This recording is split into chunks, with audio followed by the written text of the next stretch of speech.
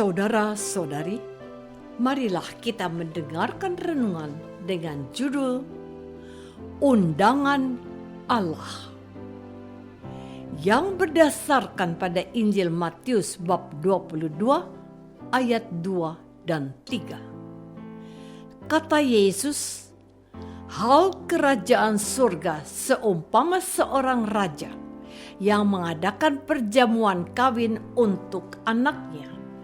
Ia menyuruh hamba-hambanya memanggil orang-orang yang telah diundang ke perjamuan kawin itu, tapi orang-orang tidak mau datang. Dalam nama Bapa dan Putra dan Roh Kudus. Amin. Saudara-saudari terkasih dalam nama Tuhan Yesus Kristus. Kerajaan Allah yang Yesus wartakan sangat luas dan sulit untuk dipahami oleh umat manusia. Oleh karena itu, Yesus mempergunakan perumpamaan seperti dalam Injil pada hari ini. Injil Matius menuliskan Yesus berbicara lewat sebuah perumpamaan. Katanya, hal kerajaan surga seumpama seorang raja yang mengadakan perjamuan kawin untuk anaknya. Raja itu menyuruh hamba-hambanya memanggil orang-orang yang telah diundang ke perjamuan kawin itu, tetapi orang-orang itu tidak mau datang. Raja itu kembali menyuruh pula hamba-hamba lain. Pesannya, katakanlah kepada orang-orang yang diundang itu, sesungguhnya hidangan telah kusediakan. Lembu-lembu jantan dan ternak piaraanku telah disembelih. Semuanya telah tersedia. Datanglah ke perjamuan kawin ini. Tetapi orang yang diundang tidak mengindahkannya. Ada yang pergi ke ladangnya, ada yang pergi mengurus usahanya, dan yang lain menangkap hamba-hambanya itu, menyiksanya dan membunuhnya. Maka murkalah raja itu, lalu menyuruh pasukannya ke sana untuk membinasakan pembunuh-pembunuh itu dan membakar kota mereka. Saudara-saudari terkasih, kebaikan hati raja itu sungguh luar biasa. Ketika orang-orang yang diundang tidak datang, raja itu tidak putus asa. Raja itu kembali menyuruh hambanya pergi ke persimpangan jalan dan mengundang setiap orang yang mereka jumpai untuk datang ke perjamuan kawin. Hamba-hamba itu pun pergi dan mereka mengumpulkan semua orang yang dijumpainya di jalan, orang-orang jahat dan orang-orang baik, sehingga penuhlah ruangan perjamuan kawin itu dengan tamu. Ketika raja itu masuk untuk bertemu dengan tamu-tamu itu, ia melihat seorang yang tidak berpakaian pesta. Ia berkata kepadanya, "Hai saudara, bagaimana engkau masuk kemari dengan tidak mengenakan pakaian pesta?" Tetapi orang itu diam saja. Lalu kata raja itu kepada hambanya, "Ikatlah kaki dan tangannya dan campakkanlah orang itu ke dalam kegelapan yang paling gelap. Di sanalah terdapat ratap dan kertak gigi, sebab banyak yang dipanggil, tetapi hanya sedikit yang dipilih."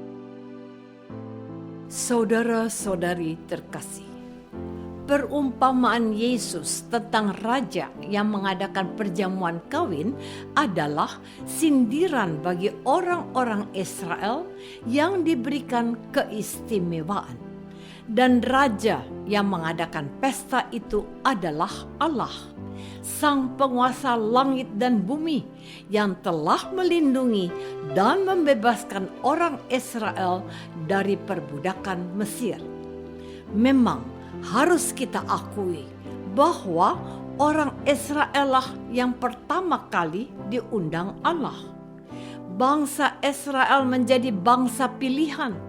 Namun, bangsa Israel yang diundang pertama kali itu justru menunjukkan sikap yang jahat dan tidak tahu diri. Orang-orang Israel mengabaikan undangan Allah dengan berbagai alasan, bahkan membunuh para nabi, yakni orang-orang yang diutus oleh Allah. Orang Israel lupa bahwa mereka adalah orang-orang khusus di hati Allah. Maka seharusnya orang-orang Israel merasa bangga dan bahagia karena mereka diundang secara khusus, bahkan diperlakukan melebihi bangsa lain. Namun yang terjadi justru sebaliknya. Orang-orang Israel tidak mau bersyukur. Mereka menjadi sombong dan memberontak pada utusan-utusan Allah. Rupanya orang Israel tidak sadar bahwa Allah mempunyai kebebasan memilih dan mengundang bangsa lain untuk datang ke perjamuan yang diadakan Allah sendiri. Saudara-saudari terkasih, kita umat Katolik dan Kristen termasuk orang-orang yang paling beruntung dan berbahagia. Akibat kejahatan orang Israel, maka Allah memutuskan mengundang bangsa lain dan siapa saja di luar bangsa Israel supaya datang ke perjamuan kawin. Namun perlu kita sadari dan ingat bahwa kita umat Katolik dan Kristen bisa senasib dengan orang Israel yang pada akhirnya ditinggalkan oleh Allah karena kesalahan mereka sendiri. Sebab bagi kita umat Katolik, sesungguhnya perjamuan kawin itu adalah perayaan Ekaristi yang kita rayakan minimal 1 kali dalam seminggu.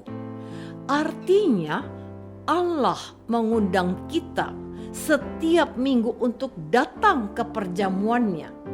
Tetapi sungguh disayangkan, banyak umat Katolik yang tidak bangga dan bahagia untuk hadir dalam perayaan Ekaristi. Kita melihat bahwa banyak umat Katolik yang malas datang ke gereja, ikut misa pada hari Minggu.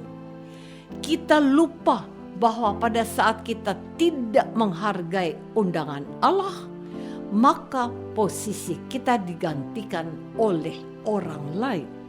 Sebab seluruh kursi yang disediakan oleh Allah harus terisi penuh.